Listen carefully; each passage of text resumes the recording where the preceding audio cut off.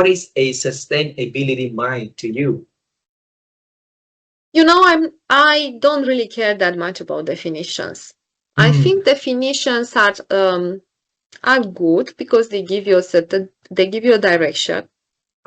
They give you the theoretical understanding, but they also tend to put your mind in a box, and staying inside a box is dangerous.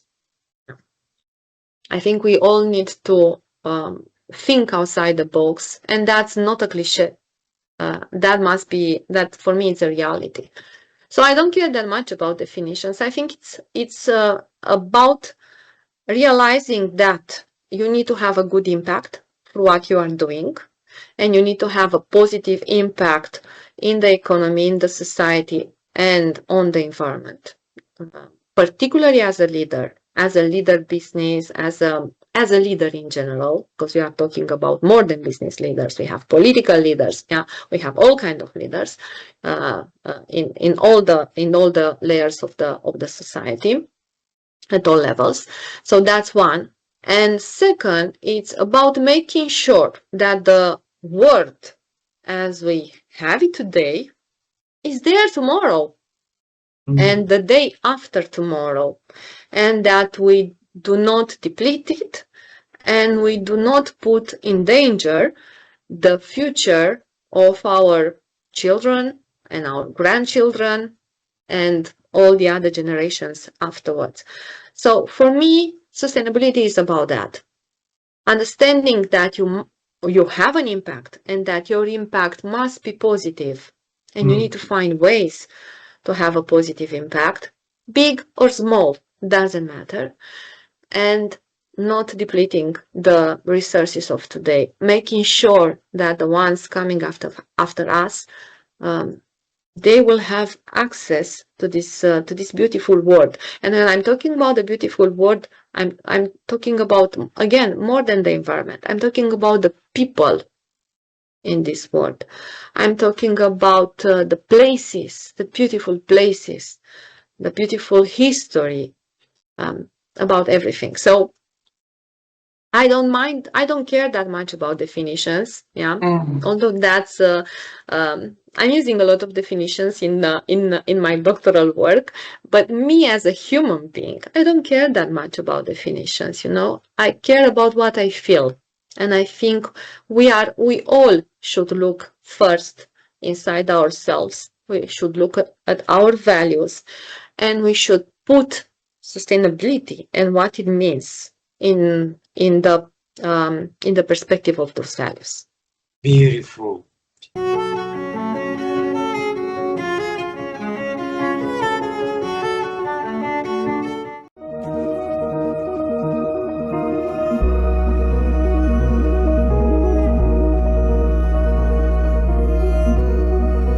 How do you define a sustainability mind? I would characterize it as that you prioritize a variety of things in your life, but you also include the environment and the earth. So as an example, I run workshops and I teach. I'm an industry professor at a university, and I teach a variety to medical students and business students and the like. And one of the ways that I build in sustainability is to say, okay, if you're coming up with a brand new product, think about the users. That's a really important thing to focus on. Stakeholders, in terms of the company, any investors and that sort of thing. But also, really importantly, the earth. The earth is a stakeholder too. So as you're looking at it and weighing, okay, you can make a whole lot of more money if you did this. Well, what if you now are not focusing on one of the really key stakeholders, and that is the earth? So if you're factoring in trying to serve all of the stakeholders, then you'll more effectively be making decisions for that. So as an example, if you're coming up with a product, right now AI is huge. It's going to be even bigger. It's one of the biggest dangers with regard to actual energy use. So one of the things that we are doing on our nonprofit is focusing on techniques that people can use. Like, for example, if you don't need a really complex model, you can use a small model. The smaller models, there's like 3 or 4 of them that are popular right now, use about 90 to 95% less energy than compared to, ChatGPT 5, for example. So don't always default to just the top model. Other ones are even things like making sure that you are not overly using AI as well. That's the benefit of that is for your brain as well. There was an MIT study that was done recently looking at students using AI and then using a Google search and then using their brain, right, to write essays.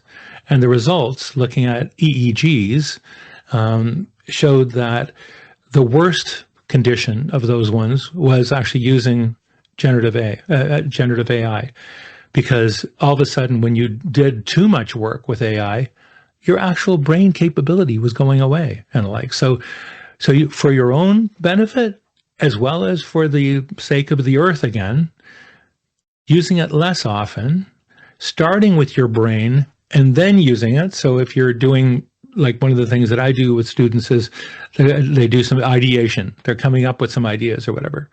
Could you use AI for that? Yeah, you could. I don't think you should, though. You should start with your own brain, come up with some ideas, and then ask the AI to further improve on it. And then, same with writing. Rather than saying, here, let the AI write this, no, instead, I'm going to write it first, and there might be a sentence or two where I'm like, I don't like the way that's structured. Let me ask AI to help, with that.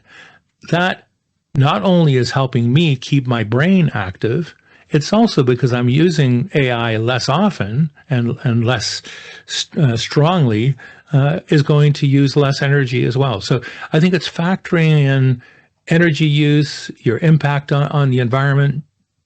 I drive an electric car. I happen to be in a part of the world where I think it's like 87% of the electrical grid where I live is green. So when I plug my car in at night, I'm hardly having any negative impact, on the climate. But it's making those kinds of decisions, as deciding each time, okay, I have a choice to do this or this. Okay, well, even if it costs a little bit more or it's a little bit more, inconvenient, factoring in the importance of the earth. And so I think we owe that to future generations, huh? I mean, when you think about it, a lot of people my age, leaders my age in countries around the world, one of them that is south of where I am sitting right now, is saying that, climate change is a hoax and turning backs on anything with regard to making the climate an important factor. I think that's dangerous for somebody my age to be saying, because that's saying, hey, you know what? My kids and my potential grandkids and all the future generations aren't as important as me. I need to just simply have convenience myself. No, I think that's highly selfish, and I think that we need to be thinking about future generations and not just your own life as well. So that's how it's a long answer to your question about sustainability, but I just see it as an important factor in every decision you make, and it's another stakeholder every time you're deciding on, like, a product or a service.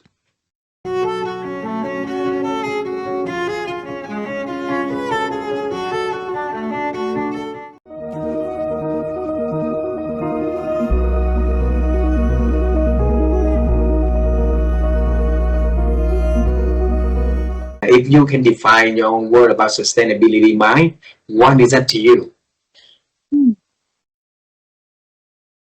For me, sustainability, if we talk about human being, is a kind of like a consistency on our emotional dialogue, because we should continue acquiring new competencies, new knowledge, what is our domain of expertise. But what is most important is to to focus on keeping the link. So the link with ourselves, with others, with the nature, with everything around us. Because this link is a source of data that are there's a kind of capitalization or consolidation, perhaps, of everything that is happening, and sometimes the sustainability is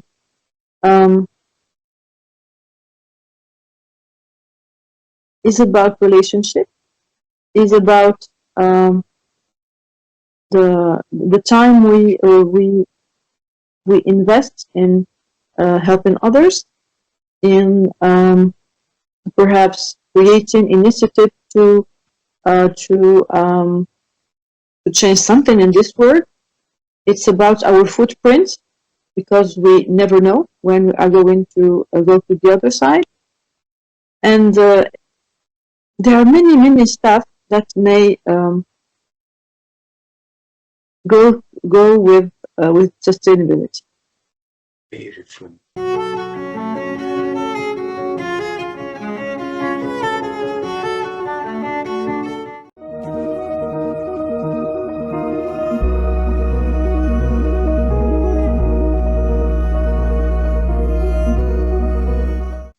If you define a mind of sustainability, a sustainability mind, what is that? So you touched on a subject that's very close to my heart, and I started working on sustainability myself 2 years ago. Oh. And when we talk about sustainability, the first thing that people usually talk about is the environment, the planet, the greens. And that's one part of sustainability, because we're talking about the sustainability of the planet. But sustainability is a concept that can be applied to everything in life. So sustainability of your family, sustainability of your marriage. And what do you do for sustainability? Sustainability of the organization that you are working with. How is the next 50 years of this organization going to sustain itself? What system, processes, and systems or tools you need to bring in so that the next 50 years can take care of themselves going forward? Because 1/3 of every Fortune 500 companies every year go out of that list. They become extinct. They're not sustainable. Sustainability of the wisdom, of the knowledge, of the tacit knowledge, of the explicit knowledge is something what you are doing, and people like you who are collecting all that knowledge and information and wisdom and putting that in a platform for generations to come and use and see it. So for me, sustainability is a concept which can be applied to a community, a club, a family, a school, a business, a knowledge, and the fundamentals remain the same. What are you going to do today so that this sustains, this lasts longer, this does not disappear after you have disappeared? And that's where I think the sustainability of mind, critical things is write books. You should leave your knowledge and information in books. You should put up things on the digital mode, which is a sustainable digital mode, not something where the WordPress will stop your subscription after you're not there. Somewhere where the knowledge remains in the public domain for a very long time. Talk to people, talk to communities, pass on your wisdom and knowledge to others. Create more HAs, create more GPs, create more people who can duplicate you, and so the journey continues. And that's what sustainability of mind means to me.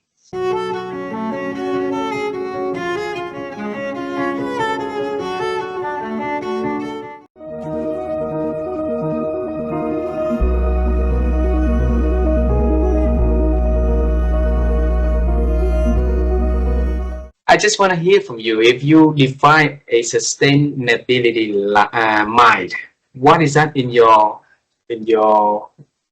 world? What is a sustainable life? Sustainability mind. Oh, okay. My wife has been pretty involved with Conservation International. So I would say that parallels sustainability. I mean, it's about preservation of the rainforests and other natural habitats, and has learned a lot about how they benefit society. And so the last 7 years, she has hosted a golf tournament that raises money and gets matching funds. And she didn't really know anything about it until she started hosting the golf tournament and said, okay, we'll raise money for this cause. And so she's a very curious person by nature. She began to learn a lot, and she would share with me things that were going on, how long it takes a toothbrush to decay in a landfill, things like that, and that maybe we should be using different materials. Where I've seen the sustainability mindset come from her to me is just my thought process around taking a few more steps to recycle something where in the past I probably wouldn't. To maybe take food scraps that she'll collect food scraps, and then her boss has a compost pile and she gives them to him and he dumps them out there. And so they're little steps, but if everybody was taking those little steps, that would make a big difference in terms of sustainability and conserving the environment and doing the things that are really important. The other thing that I think about too is the messaging around that. And so I will share with you a couple things. One, persuasion can become very important, right? Just diving in and asking somebody to maybe donate to sustainability, they might be like, oh, no. But if you ask the right questions where they start to say, well, yeah, the environment's important, and well, yeah, I want to make sure that my kids or my grandkids have an environment that's healthy. You're kind of walking them in this path to get them to realize it's more important to you than you realize. Then they might be more willing to donate. The other thing is too that I think, especially now being a grandparent, I am going to be much more willing to do things thinking about Emmett growing up and how will it impact him. I am more concerned about that than how it may impact me. I've lived a good long life already, and God willing, hopefully I live decades more, but hopefully he's going to be around this earth for 80, 90, who knows, with technology, maybe 100 years. So I'm more concerned with him than I am with me in terms of some of these like sustainability issues.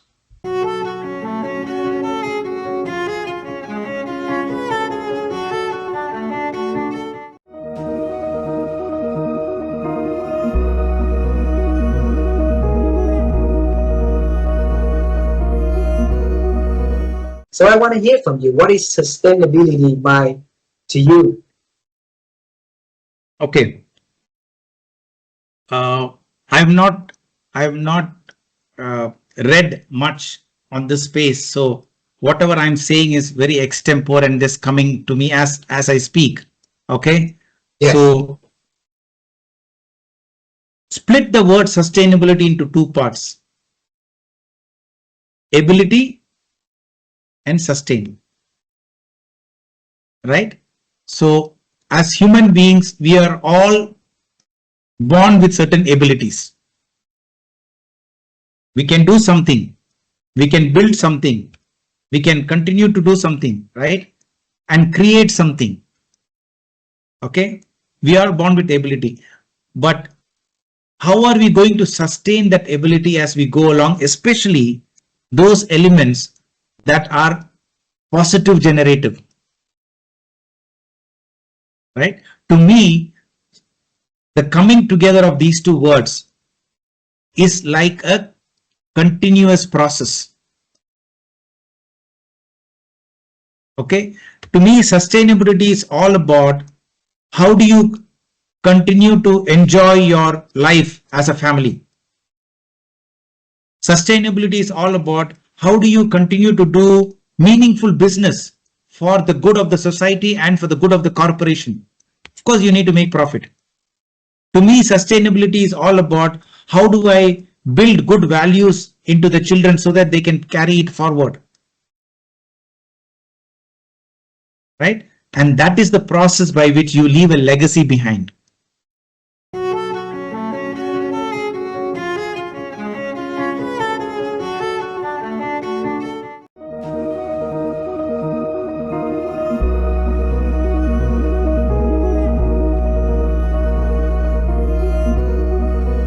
you can think of a sustainability mind in your own way, what is that you think of that, Ben? Yeah, so for me, it's a few different things. One is you using one's book and one's business, certainly to make positive impact in the world, but also to become, like I said before, more and more of a leader. That one is like writing the book helps hone the leadership and make it sharper.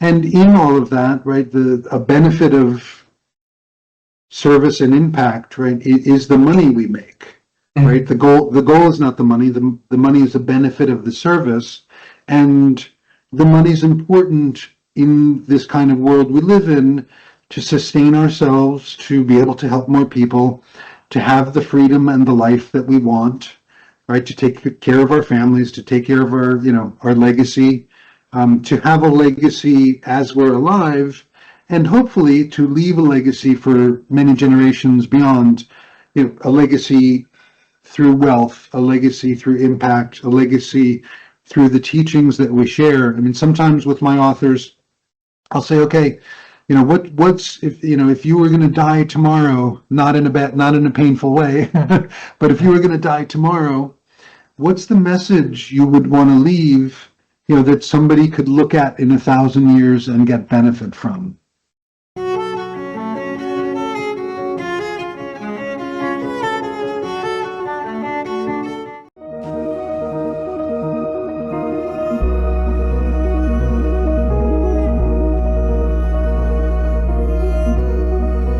If you define a sustainability mind, what is that to you? Sustainability mind.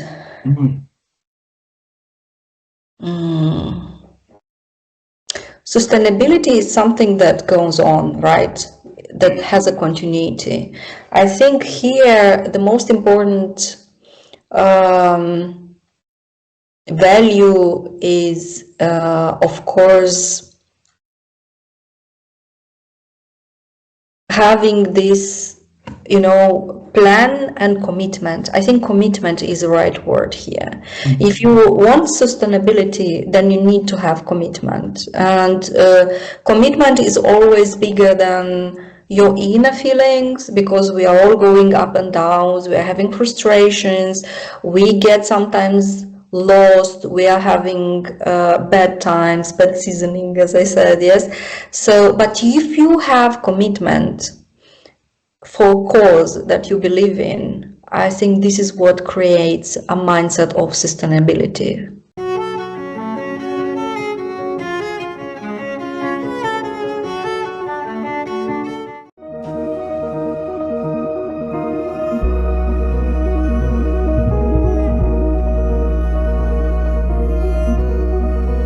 For me, a mind that exhibits sustainability is one that can thrive over the long term, not just survive.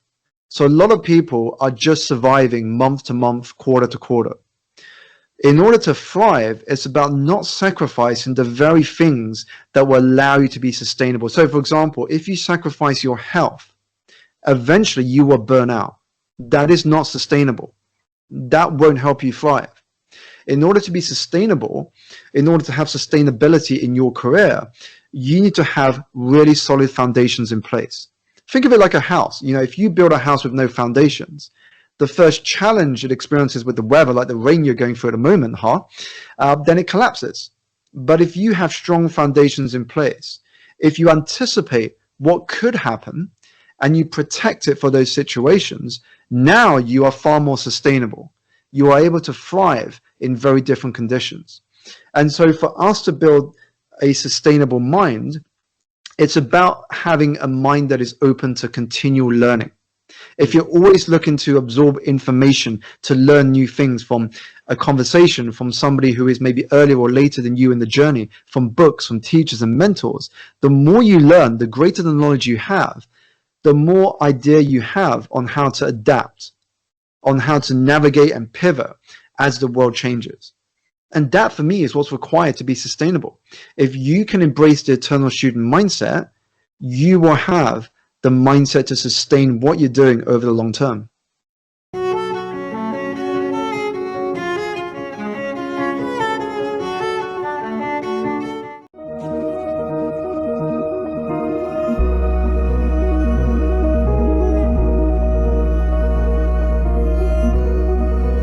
Yeah, I think it's well, what is sustainable, is something that you're not going to throw away. It's something that you can always reuse, right? It is sustainable. You can keep it with you. It's not going to die or not going to be damaged. And that's the thing, is that that wisdom, this life experience, this way of thinking, this kind of philosophy, it is sustainable thinking, right? Because you can use it in every experience of your life, or even at work. You can use it in 20 years or 50 years or 100 years from now. And so it's just, it gets transformed, so it gets applied differently by different people, but it's the same at the root cause, at the root, at the beginning. Yeah, it is the same knowledge, it is the same thing that you reuse.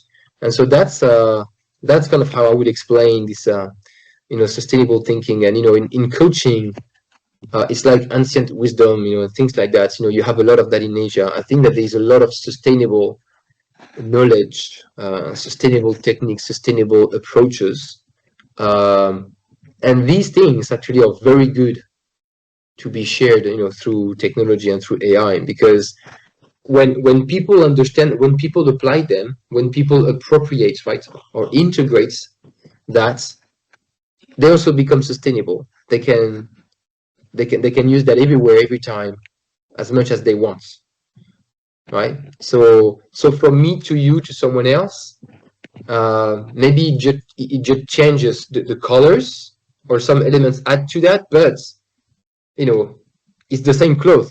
I'm just sharing, it's the same book, and basically just evolves through time and through people. And I think this is, for me, a definition of sustainability, is to make that reusable, transformable, without losing its essence or purpose. If I want to have that way of thinking, what do I need to do every day? You need to you need to remind yourself about some of the methods, the principle, and you need to put yourself into practice, right? I think it's like sports, right? It's like health. If you want to live in a good health, I don't know, every morning you go up and you go have a walk, or if you don't have a walk, you make a pause during your day and you go to the gym, or right? That's basically a little bit of discipline, regularity. You need to put things under practice, right? So if you're under pain, you speak with friends, you speak with people, you reflect, you give yourself time. Or if you have a challenge and you don't know how to get organized, then you pause, you take your you get your eyes out of the work you do, and you observe and you ask yourself questions. So I think the practice is about that, right? It's really about the questioning, right? It's like, okay, where am I now? What's happening to me? Why am I there, here, right? Why do I feel this? Why do I think this? Why do I think this? Can I do it better? How can I change? What can I do to change? Why do I need to change that, right? And who I want to become through that change. These are all the kind of questions that are sustainable, everywhere, every time, with everyone. It's universal.